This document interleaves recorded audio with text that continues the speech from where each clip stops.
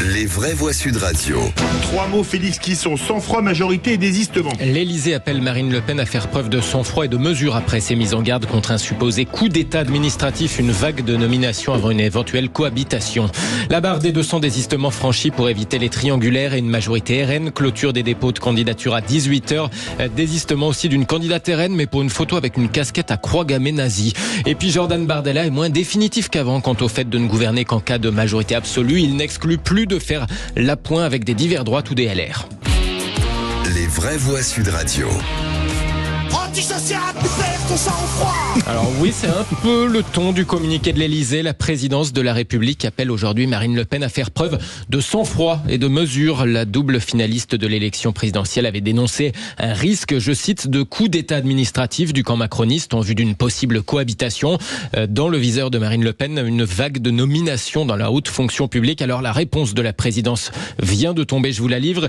Il y a depuis 66 ans chaque semaine des nominations et des mouvements, notamment l'été, indépendamment des moments politiques traversés par nos institutions, et il n'est aucunement prévu qu'une de ces dispositions puisse changer dans les prochains mois. Voilà pour la réponse de la présidence de la République. Pendant ce temps, en tout cas, le président du Sénat, Gérard Larcher, annonce se rendre à l'Élysée à l'instant. Je me rends à l'Élysée, dit-il, pour évoquer avec Emmanuel Macron les conséquences de cette dissolution brutale et le fonctionnement des institutions pour l'avenir. Voilà ce qu'indique à l'instant Gérard Larcher. Ça veut dire quelque chose, Philippe Bilger ? Que Gérard Larcher se déplace, je veux bien, mais je ne vois pas ce sur quoi ça pourrait déboucher avant le second tour. Je pense il a besoin d'une analyse. Emmanuel Macron, il ne sait pas de quel côté ça va tomber. Par ailleurs, Marine Le Pen s'appuie sur un papier complètement amphigourique et lunaire du JDD de dimanche dernier, alertant sur le fait qu'Emmanuel Macron était en train de tout verrouiller.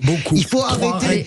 Il faut arrêter les Jean-Michel, pardon. Alors, je pense que dans cette période de crise politique, le Sénat demeure un roc, un fer sur lequel on peut s'accrocher et ça veut dire ça en fait en réalité. Allez, nous sommes à bientôt une demi-heure des clôtures de candidature et la vague des 200 désistements a été franchie. Majoritairement des désistements de candidats de gauche arrivés 3e au premier tour et qui se retirent afin d'éviter les triangulaires favorables au RN. Consigne moins respectée, c'est-à-dire au cas par cas du côté des candidats macronistes, notamment quand le nouveau Front populaire est représenté chez eux par la France insoumise. Autre désistement plus atypique dans la première circonscription du Calvados, une candidate RN qui se retire après la publication d'une ancienne photo d'elle portant une casquette de l'armée de l'air nazie, une casquette à croix gammée. Du côté de la Mayenne, cette autre candidate RN, Paul Vert de Soras, fait parler d'elle pour des raisons étranges. Voilà sa réponse à une question posée par le média Globe Journal, question de savoir si le RN était un parti raciste. Dans le Rassemblement national, nous avons des juifs, des musulmans, des espagnols. Moi-même, je suis catalane. Mon grand-père est né à Barcelone. J'ai comme ophtalmo un juif et j'ai comme dentiste un musulman.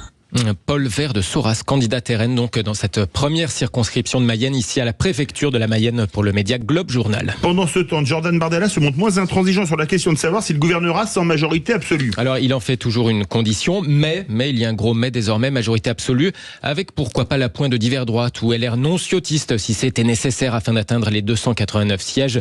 Le président du RN et aspirant Premier ministre Jordan Bardella donc l'a dit hier soir chez nos confrères de TF1. Il n'y a pas un Français qui nous regarde ce soir qui peut légitimement penser que je peux changer les choses si je n'ai pas de majorité absolue. Alors s'il manque 2 ou 3 fauteuils pour avoir cette majorité absolue, s'il en manque 20, il n'est pas impensable que des députés élus sous d'autres couleurs, divers droites, républicains, acceptent de travailler à nos côtés et de voter la confiance. Mais si vous voulez, comprenez bien que je ne veux pas être Premier ministre pour ma gloriole personnelle. Nous ne sommes pas comme les autres. Donc j'irai à Matignon, non seulement si j'ai la confiance des Français dimanche, mais si les Français m'accordent une majorité absolue. Le président du RN avec Gilles Boulot hier soir dans le 20h de TF1. Merci beaucoup Félix. Allez, dans un instant...